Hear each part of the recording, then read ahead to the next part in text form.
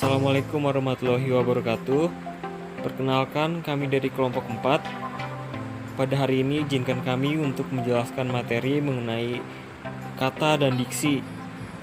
Adapun anggota-anggota dari kelompok kami, yang pertama itu dengan saya sendiri, Alfonsius Paringotan, lalu yang kedua ada Asyifa Mutmainah, yang ketiga ada Dwi Pujiastuti, yang keempat ada Wahida Nur Afiana, yang kelima ada Muhammad Faisal Pratama, dan yang terakhir yang keenam ada Wanda Ratua Kansa.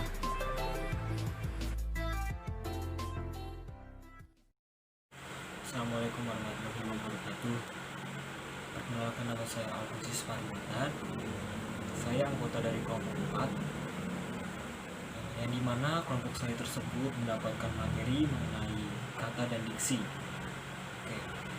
Dan di sini saya sebagai salah satu anggota dari kelompok 4 tersebut, saya menjadi pemateri pertama yang ditugasi untuk menjelaskan materi mengenai apa itu kata atau pengertian kata. Oke. Tanpa membuang waktu lama-lama, langsung saja kita ke materinya. Kata. Apa itu kata?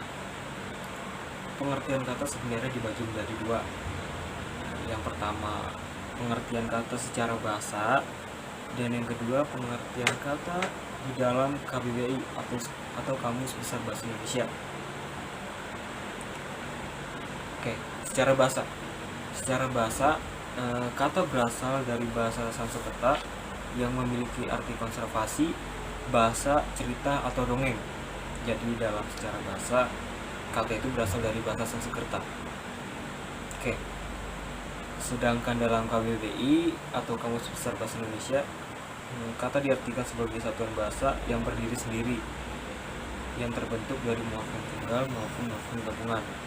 Jadi dapat diartikan, kalau dari pengertian Kamus Besar Bahasa Indonesia, kata itu terbentuk dari morfem tunggal maupun morfem gabungan. Begitu. Oke, sekarang kita masuk ke pengertian kata menurut para ahli. Di sini saya pribadi membagi pengertian kata menurut para ahli menjadi 4. Yang pertama itu menurut Kristal, yang kedua itu menurut Mu'id Badulu dan Herman, yang ketiga itu menurut Cair, dan yang terakhir itu yang keempat menurut KBBI atau Kamus Besar Bahasa Indonesia. Oke, mulai dari yang pertama, menurut Kristal. Si Kristal ini berpendapat bahwa kata adalah satuan ajaran yang mempunyai pengenalan intuitif universal oleh penutur asli, baik dalam bahasa lisan maupun tulisan. Yang kedua, menurut Mu'id Badulu dan Herman. Menurut mereka berdua, definisi kata yang umum sebagai satuan makna atau gagasan tidak membantu karena kesamaan konsep. Itu menurut mereka berdua. Dan yang ketiga, ini menurut Cair. Si Cair ini berpendapat bahwa kata merupakan bentuk yang ke dalam mempunyai susunan fonologi yang stabil dan tidak berubah. Oke, itu merupakan pemaparan dari ketiga para ahli. Dan yang terakhir ini menurut KBBI, Kamus Besar Bahasa Indonesia memberikan beberapa definisi kata, antara lain: yang pertama, elemen terkecil dalam sebuah bahasa yang diucapkan atau ditulis dan realisasi kesatuan perasaan dan pikiran yang dapat digunakan dalam bahasa. Lalu yang kedua, percakapan dan bahasa. Yang ketiga, morfem atau kombinasi morfem yang dapat diucapkan sebagai bentuk bebas. Dan yang terakhir, yang keempat, unit bahasa yang dapat berdiri sendiri dan terdiri dari morfem tunggal atau beberapa morfem gabungan. Itu pengertian kata menurut Kamus Besar Bahasa Indonesia atau KBBI. Sekian presentasi saya mengenai pengertian kata. Untuk selanjutnya saya serahkan kepada pemateri selanjutnya. Assalamualaikum warahmatullahi wabarakatuh. Selamat siang teman-teman, perkenalkan nama saya Asyifa Mutmainah dari kelompok 4. Nah, setelah kita mendengarkan penjelasan tentang pengertian kata, pada kesempatan submateri yang kedua, saya akan menjelaskan tentang fungsi dari kata. Nah, seperti yang kita tahu ya, tadi pada penjelasan pengertian kata, kata itu adalah komponen paling kecil yang menyusun sebuah kalimat. Dalam kegunaannya untuk menyusun sebuah kalimat, kata itu punya beberapa klasifikasi fungsi. Ada 4 klasifikasi fungsi kata. Yang pertama adalah kata sebagai subjek, kata sebagai predikat, kata sebagai objek, dan kata sebagai keterangan. Nah, kita mulai pembahasan yang pertama ya, yaitu kata sebagai subjek. Nah, dalam kata, apa sih maksudnya fungsi dari kata sebagai subjek? Kata sebagai subjek itu di mana pemilihan kata yang kita gunakan adalah menduduki peran utama atau inti dari sebuah kalimat. Jadi kata yang kita pilih itu harus menduduki peran utama atau inti dari sebuah kalimat ketika menyusun kalimat. Nah, contohnya seperti ini. Misal ada kalimat, ibu membeli sayur. Pada kalimat itu, ibu merupakan subjek. Karena ibu merupakan hal paling penting yang ada di dalam kalimat tersebut. Nah, untuk kata sebagai subjek, subjeknya itu nggak harus orang, bisa aja hal lain. Seperti misal, perang antara Israel dan Palestina menyebabkan hancurnya beberapa kota. Nah, dalam kalimat ini, yang menjadi subjek adalah perang antara Israel dan Palestina. Perang antara Israel dan Palestina ini adalah inti dari kalimat yang tadi. Oke, setelah itu kita masuk ke dalam klasifikasi fungsi kata yang kedua, yaitu kata sebagai predikat. Apa sih maksudnya kata sebagai predikat? Nah, jadi kata sebagai predikat itu di mana kata itu punya peran untuk menjelaskan hal yang dilakukan oleh subjek.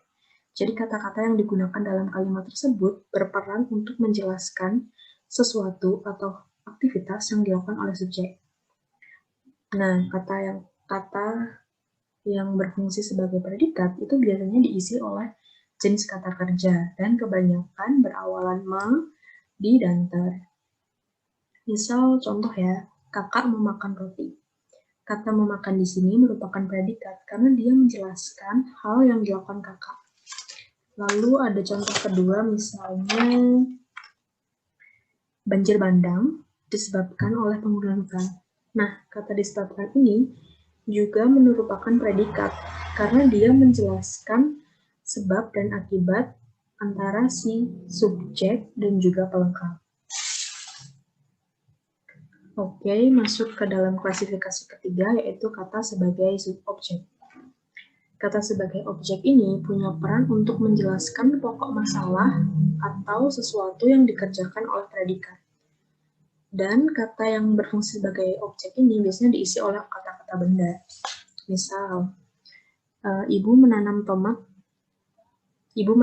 di kebun. Kata tomat merupakan objek dari kalimat tersebut karena tomat menjelaskan apa yang ditanam ibu. Lalu misalnya, ayah memancing ikan di sungai. Kata ikan merupakan objek dari kalimat tersebut karena menjelaskan hal yang telah dipancing ayah.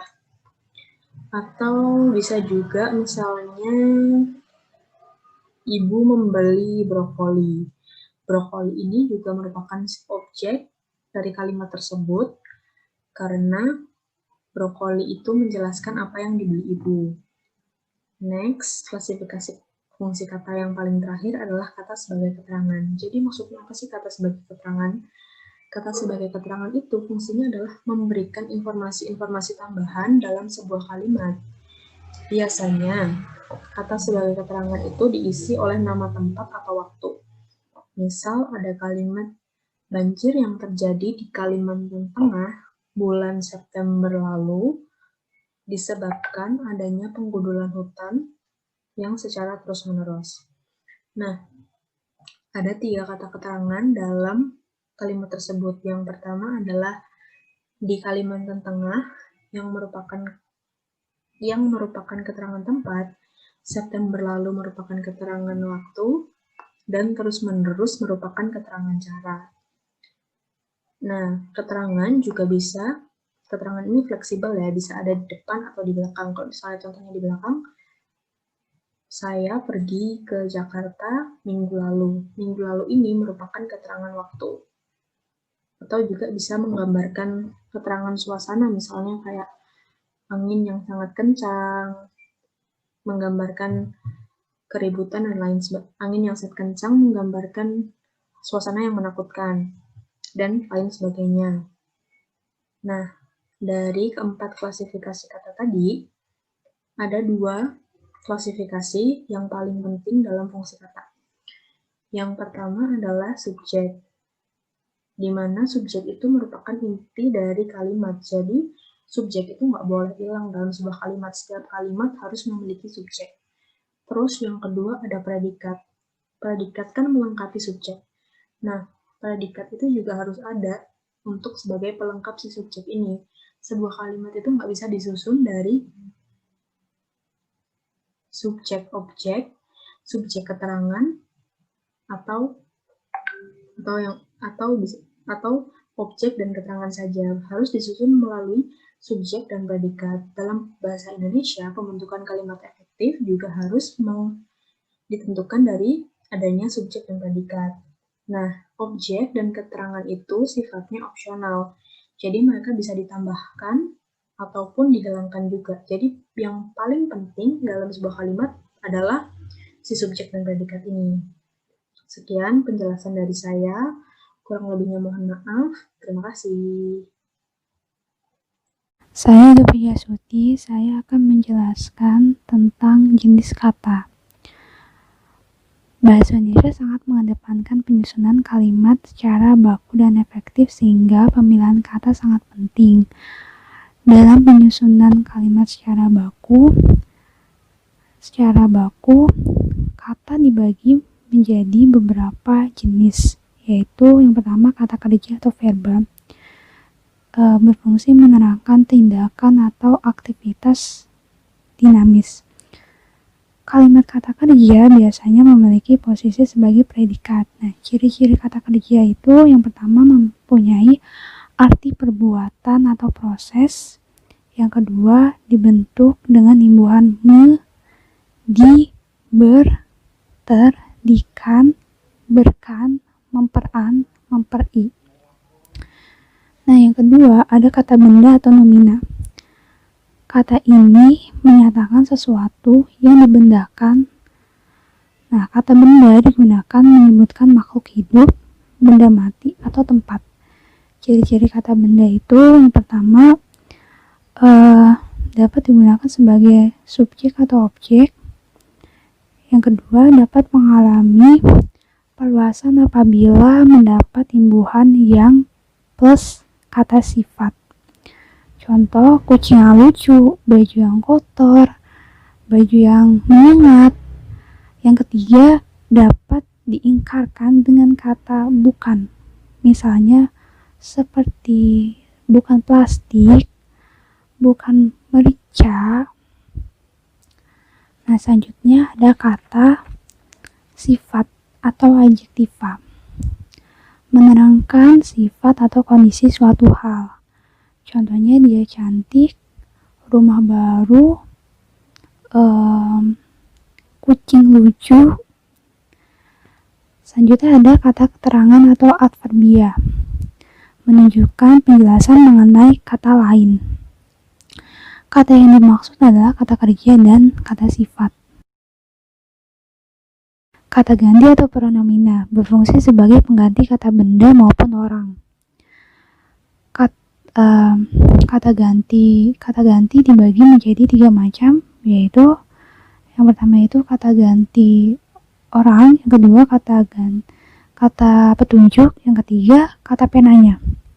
Kata ganti orang itu dibagi menjadi 3 macam. Yang pertama itu kata ganti orang pertama, itu contohnya aku, saya. Yang kedua kata ganti orang kedua, contohnya kamu, anda. Yang ketiga kata ganti orang ketiga, ia, dia, beliau. Nah, yang kedua itu ada kata petunjuk. Kata petunjuk itu dibagi menjadi 3. Yang pertama itu petunjuk umum, contohnya ini itu. Yang kedua petunjuk tempat, contohnya sini, situ, sana. Yang ketiga petunjuk ikhwal, contohnya begini, begitu. Eh, yang ketiga itu ada kata penanya. Kata penanya itu kata ganti yang dipakai untuk menandai suatu pertanyaan. Contoh kata tanya itu ada apa, di mana, bagaimana, siapa, kapan, berapa, mengapa. Yang selanjutnya itu ada kata bilangan atau numeralia, menyatakan jumlah benda atau urutan akan sesuatu. Kata bilangan dibagi menjadi dua, yaitu yang pertama itu kata bilangan tentu atau takrif, yang kedua kata bilangan tak tentu. Yang pertama kata bilangan tentu atau takrif, yaitu kata bilangan yang nominalnya jelas. Contohnya itu 1, 2, 3. Yang kedua itu kata bilangan tak tentu. Kata bilangan tak tentu itu kata bilangan yang nominalnya belum jelas. Contohnya sekitar, beberapa, banyak. Yang selanjutnya itu ada kata tugas. Kata tugas hanya memiliki arti gramatikal, yaitu arti sesuai dengan konteks kalimatnya, dan tidak memiliki arti leksikal atau arti tetap. Dalam bahasa Indonesia, kata tugas dibagi menjadi dua, yaitu kata depan, yang kedua kata hubung. Kata depan itu penghubung antara kata benda dan bagian kalimat. Contohnya ke, dari, dengan. Yang kedua kata hubung. Kata hubung itu menghubungkan satu kata dengan kata yang lain atau satu kalimat dengan kalimat yang lainnya. Selanjutnya ada kata sandang. Kata sandang itu kata yang tidak memiliki arti sebagai penjelas kata benda atau kata lainnya. Contohnya si, sang, yang, kaum. Yang selanjutnya itu ada kata seru. Kata seru itu menyatakan luapan perasaan atau emosi. Contohnya, kemana engkau? Kamu jangan berbuat jahat. Perkenalkan, nama saya Wahida Nur Alfiana, NIM 414-248. Saya dari kelompok 4 akan melanjutkan materi tentang pengertian diksi dan fungsi diksi.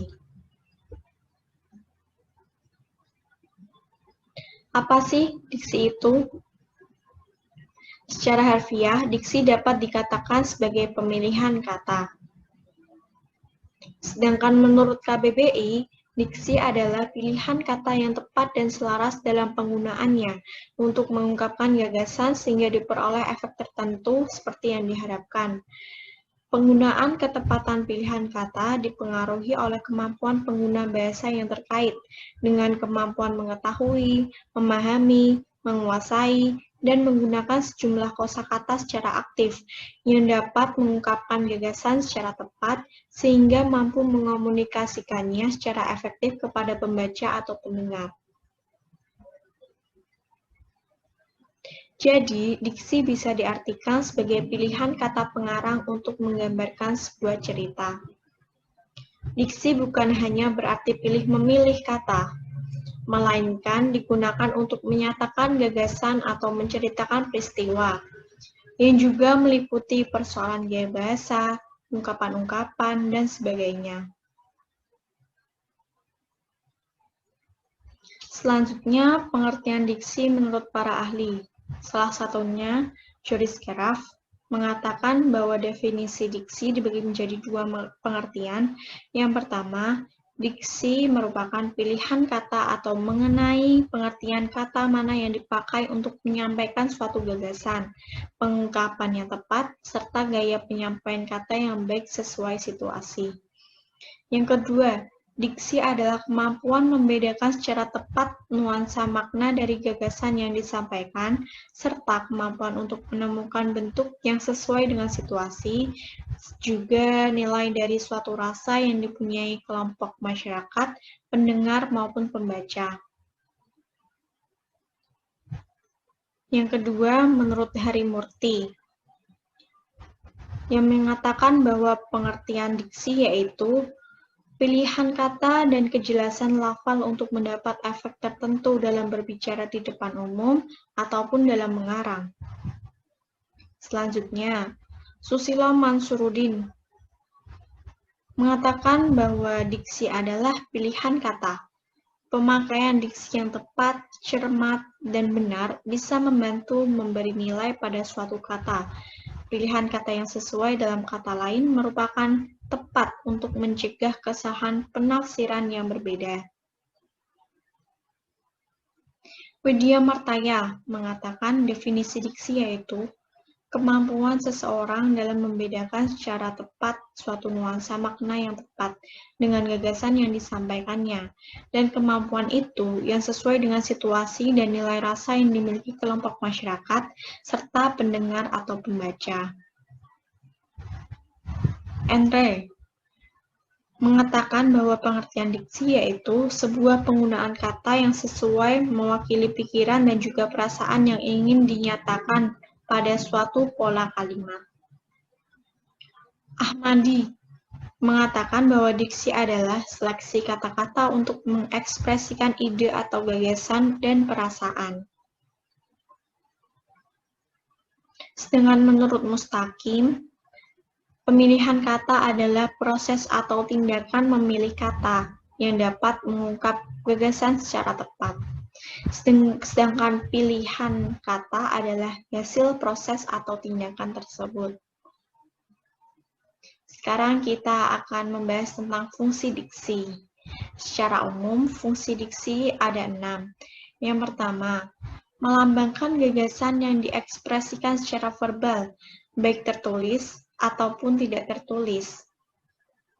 Yang kedua, membentuk ekspresi ataupun gagasan yang tepat, sehingga dapat menciptakan suasana yang menyenangkan bagi pendengar ataupun pembaca. Yang selanjutnya, memudahkan pembaca atau pendengar dalam memahami dan mengerti apa yang ingin disampaikan penulis atau pembicara. Yang keempat, mengantisipasi terjadinya interpretasi atau tafsiran yang berbeda antara penulis dan pembaca. Selanjutnya, fungsi diksi adalah untuk membuat komunikasi yang terjalin menjadi lebih efektif dan efisien. Dan yang terakhir, diksi berfungsi untuk memperindah kalimat sehingga penulis atau pembicara dapat membuat kalimat menjadi lebih runtun.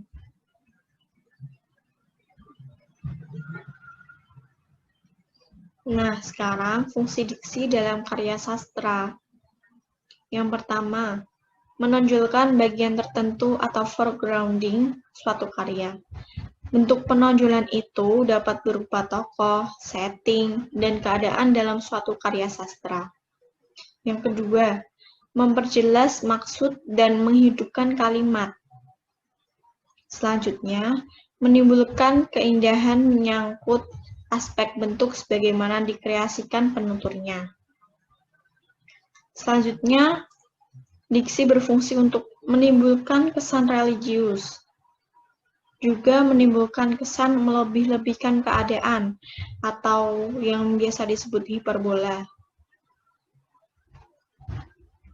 Fungsi diksi dalam karya sastra selanjutnya yaitu menampilkan gambaran suasana, menimbulkan kesan menghidupkan pelukisan, menimbulkan kesan kasar, juga mengkonkretkan gambaran, dan yang terakhir, mengumpat orang lain sebagai saksi emosinya. Demikian pemaparan materi dari saya. Mohon maaf apabila ada kesalahan. Terima kasih.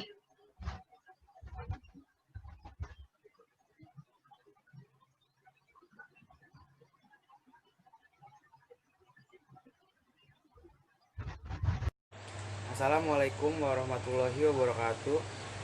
Nama saya Muhammad Faisal Pratama dengan nomor induk mahasiswa 40014201005.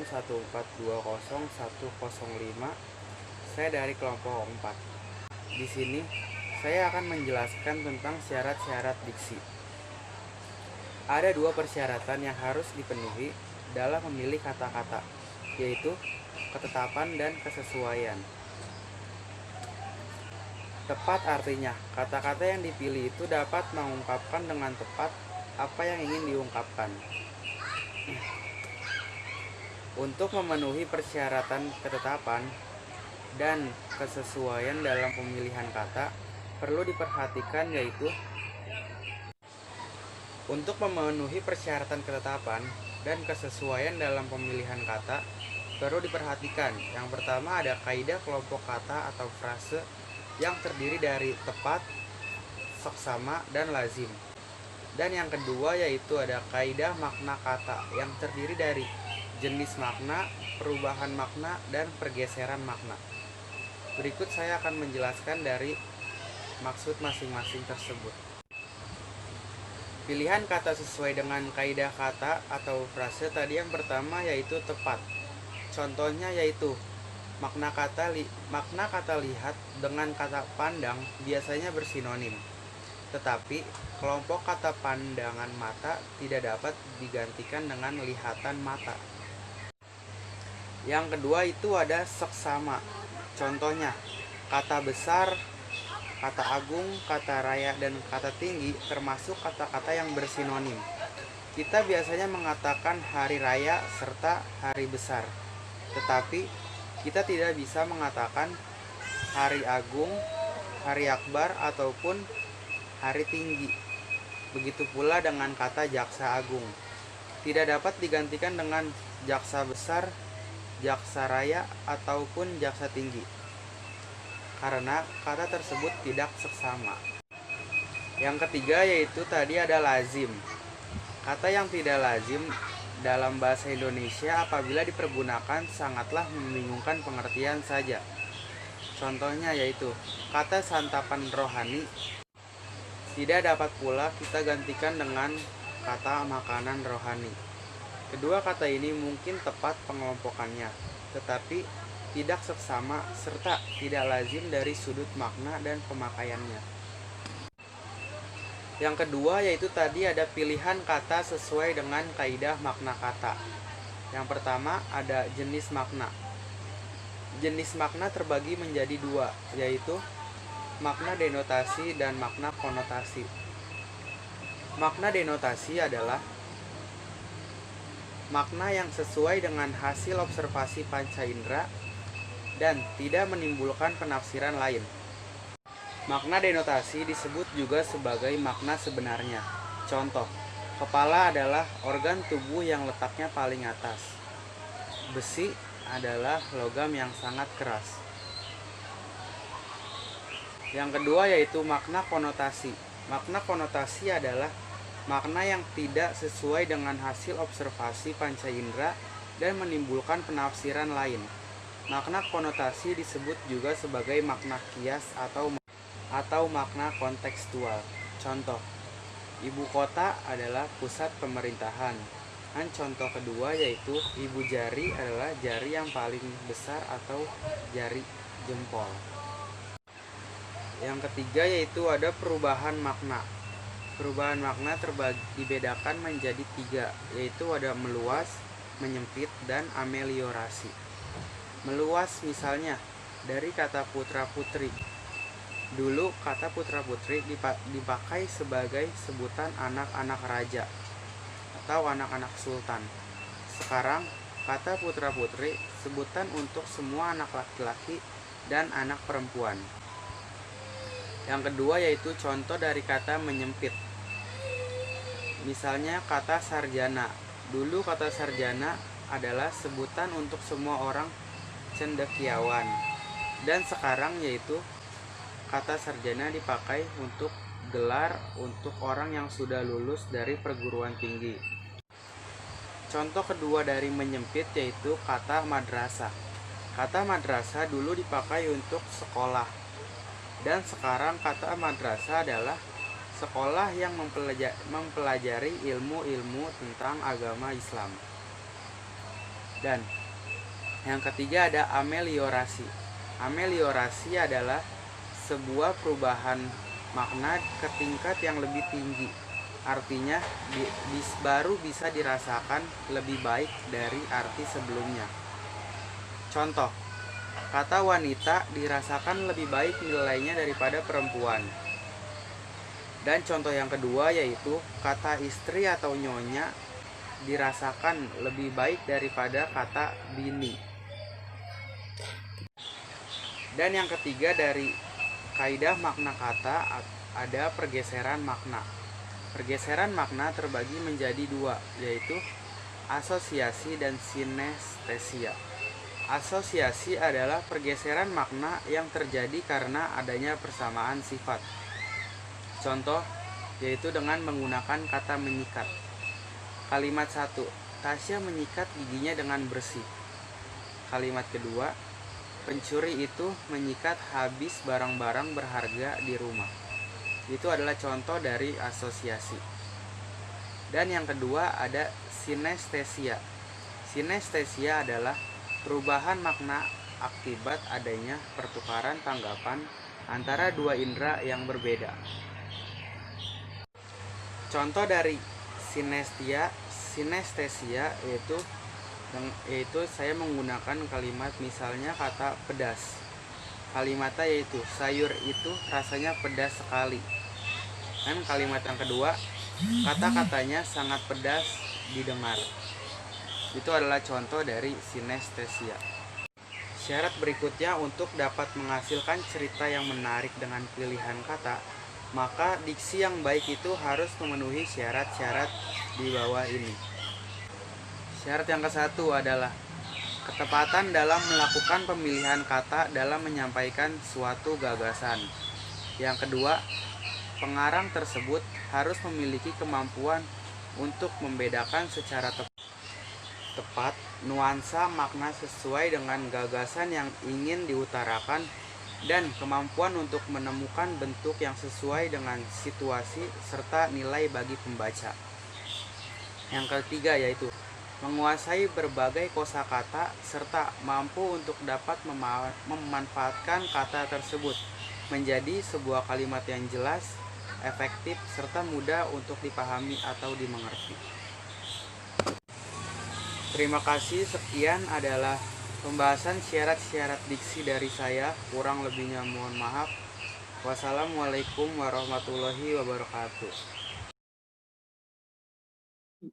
Selanjutnya, saya akan menjelaskan mengenai jenis-jenis diksi. Jenis-jenis diksi terbagi menjadi dua, yaitu diksi berdasarkan makna dan diksi berdasarkan leksikal. Yang pertama, saya akan menjelaskan mengenai diksi berdasarkan maknanya. Diksi berdasarkan maknanya terbagi menjadi dua, yaitu makna denotatif dan makna konotatif. Makna denotatif ini memiliki pengertian yaitu pilihan kata atau untaian kata berdasarkan makna sebenarnya. Sedangkan makna konotatif memiliki pengertian yaitu pilihan kata atau untaian kata berdasarkan makna yang tidak sebenarnya. Nah, di sini ada contoh penggunaan kata denotatif.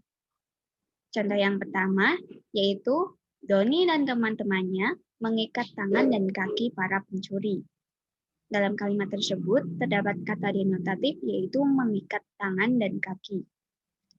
Mengikat tangan dan kaki ini memiliki pengertian denotatif yaitu pengertian sebenarnya yaitu merupakan suatu kegiatan memasang atau membelenggu tangan dan kaki seseorang dengan tali. Contoh yang kedua yaitu bunga mawar itu disiram adik setiap pagi dan sore hari. Nah, dalam kalimat tersebut memiliki kata denotatif yaitu bunga mawar. Bunga mawar memiliki pengertian bunga yang berwarna merah, berduri, dan harum. Terus yang ketiga, ada contoh anak-anak perumahan itu tenggelam saat memancing di waduk yang baru dibangun. Nah, pengertian dari tenggelam atau kata denotatif yang terdapat dari kalimat ketiga ini yaitu keadaan yang masuk terbenam ke dalam air. Selanjutnya, ada contoh penggunaan kata konotatif dalam kalimat. Yang pertama, yaitu bunga desa itu sekarang sudah menikah dengan pemuda dari kota. Dalam kalimat tersebut, terdapat kata konotatif, yaitu bunga desa. Dalam arti sebenarnya, bunga desa yaitu bunga yang terdapat dan tumbuh di desa-desa. Dalam arti konotatif ini, bunga desa berarti seorang perempuan yang paling cantik di sebuah desa. Yang kedua, ada anak yatim itu sebatang kara setelah rumahnya terbakar. Memiliki arti konotatif, yaitu sebatang kara berarti hidup dalam kesendirian. Contoh kalimat yang ketiga, yaitu Hera Atmaja, seorang anak yang termasuk kutu buku di sekolahnya. Kutu buku di kalimat ini bukan berarti hewan yang berada atau serangga yang berada di buku. Namun pengertian kutu buku ini yaitu suka membaca dan pintar. Terus yang keempat ada para pedagang di pasar Ambon banyak yang gulung tikar. Gulung tikar ini memiliki pengertian berarti bangkrut. Selanjutnya, saya akan menjelaskan mengenai diksi berdasarkan leksikal. Diksi berdasarkan leksikal ini terbagi menjadi 8 jenis, yaitu sinonim, antonim, homonim, homofon, homograf, polisemi, hipernim, dan hiponim. Yang pertama, saya akan membahas sinonim dan antonim. Sinonim dan antonim ini sering kita dengar dalam soal-soal bahasa Indonesia maupun soal-soal TKA. Nah, di sini saya akan menjelaskan kembali apa itu sinonim, antonim. Sinonim dan antonim. Sinonim berarti kata yang mempunyai arti yang sama dengan kata lain. Sedangkan antonim, kata yang memiliki arti berlawanan dengan kata yang lainnya. Kemudian yang ketiga, saya akan menjelaskan mengenai homonim.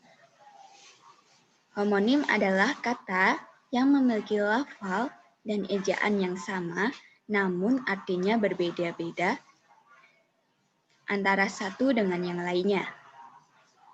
Yang keempat, ada homofon. Kata homofon ini memiliki arti kata yang memiliki ejaan dan makna yang berbeda, namun lafal sama. Kemudian ada homograf. Homograf ini memiliki arti kata yang memiliki lafal dan arti yang berbeda, namun ejaannya sama. Selanjutnya ada polisemi. Polisemi ini memiliki arti kata yang memiliki lebih dari satu arti. Kemudian ada hipernim dan hiponim. Hipernim ini merupakan kata yang dapat mewakili banyak kata lainnya. Sedangkan hiponim, kata yang dapat terwakili oleh kata hipernim atau merupakan bagian dari hipernim.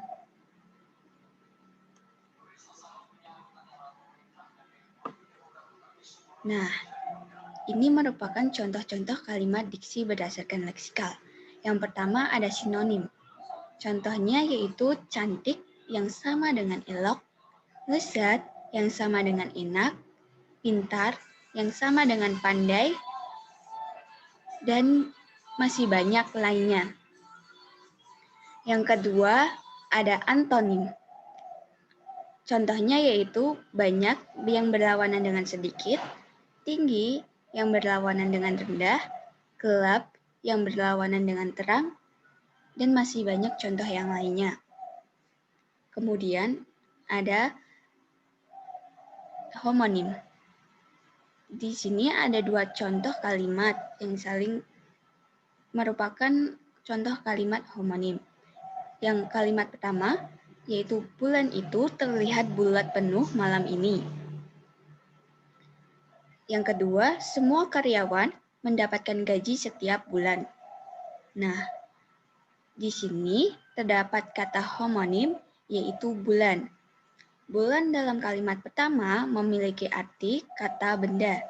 Bulan kalimat kedua memiliki arti berkaitan dengan waktu.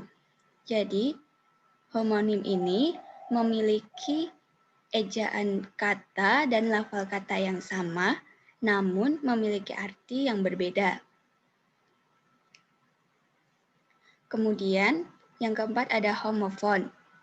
Homofon, contohnya yaitu Anton menabung uangnya di bank secara rutin. Kalimat kedua, Bang Anton bekerja di perusahaan pembiayaan. Nah, di sini terdapat kata homofon yaitu bank di bank dengan Bang Anton. Keduanya memiliki pelafalan dan ejaan yang beda. Namun, keduanya memiliki ejaan yang beda, namun pelafalan yang sama dan artinya juga berbeda. Kemudian, yang kelima ada homograf. Homograf ini ada contohnya yaitu makanan favorit wanita itu adalah nasi goreng, tahu goreng.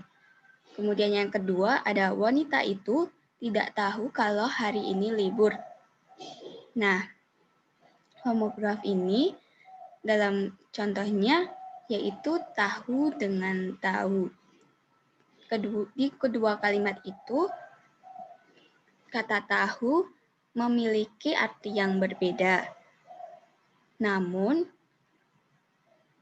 ejaannya sama dan pelafalannya beda. Kemudian, yang keenam ada polisemi. Contohnya yaitu para nasabah yang menabung di bank akan mendapat bunga setiap bulan. Kemudian, kalimat yang kedua, Andini adalah salah satu bunga desa yang paling cantik. Nah, polisemi ini memiliki pengertian kata yang memiliki lebih dari satu arti.